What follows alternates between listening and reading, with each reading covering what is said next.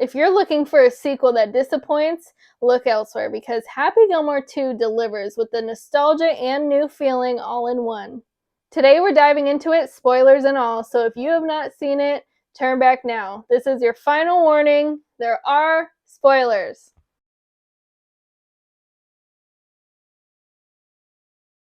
This movie brought all the classic Adam Sandler charm from the 90s and 2000s with a modern twist. And the best part, all the cameos. They were hilarious and nonstop.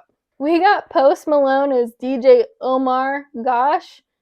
Omar Gosh. Oh my gosh. Okay. Honestly, that made me laugh really hard. Eminem even popped up and called Happy Gilmore jackass after showing his own ass, which I personally loved. And honestly, the banter between him and Happy, gold. Bad Bunny absolutely crushed it as Happy's caddy. He was surprisingly funny and oddly great casting. There were countless others. This movie is packed with cameos, not in a lazy way, they were in ways that worked. Now let's talk about the story. We follow Happy Gilmore directly after the first one. We see him with a full career where it's full of endorsements and SNL appearances, which honestly was kind of weird because they CGI'd him on the SNL show instead of just using his SNL appearances that he had over so many years. I'm talking about a person we call the lunch lady. Woke up in the morning, put on my new plastic glove, served some reheated Salisbury steak with a little slice of love. Which I thought was kind of weird. Now, I will say it again, spoilers ahead. That's the last warning. Happy has 5 kids with Virginia. Yeah, 5. It's a lot. But tragically, she meets her bitter end when Happy hits her in the head with a golf ball and kills her. Yeah, I wasn't expecting that. Pretty dark. Pretty dark. So Happy spirals. He starts drinking and he loses his career. He pretty much loses everything except for his children. He loses grandma's house, which is near and dear to him, especially from the first one. He loses everything. He's totally spiraling. But of course, he still has his family, which is the good news.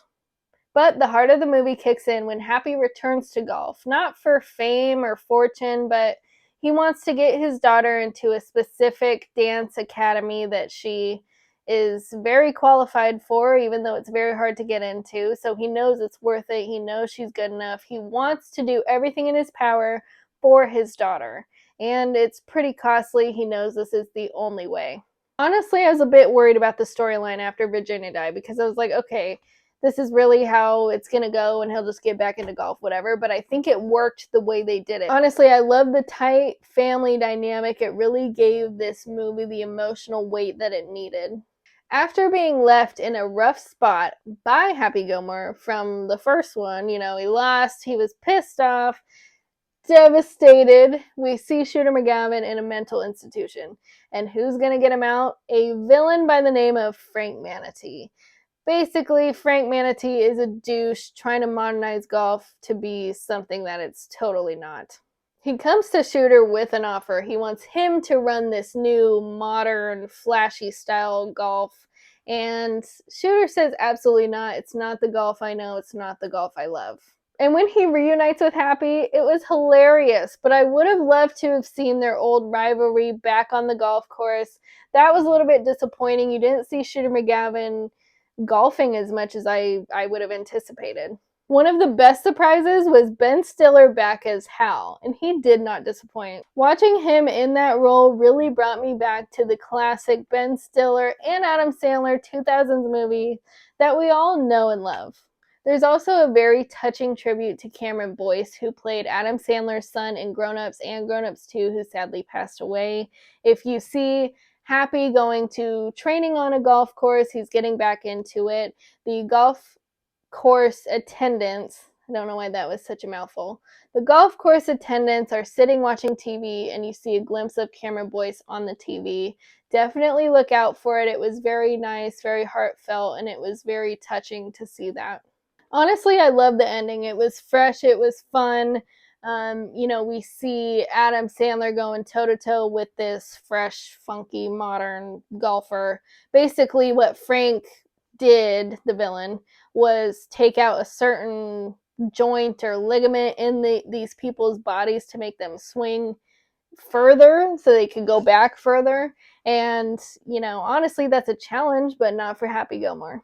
Really, I just thought it was fresh, funny, and meaningful. Everything a sequel needs to be. Was it perfect? Not quite. I mean, I did really want to see Shooter McGavin more. I wanted to see Virginia more. But you can really tell that Adam Sandler put the time and effort in, along with the crew and everybody else involved with this movie. They didn't just pencil this in, oh, we're going to make a sequel. They really took the time and put in the effort for this movie, for the sequel.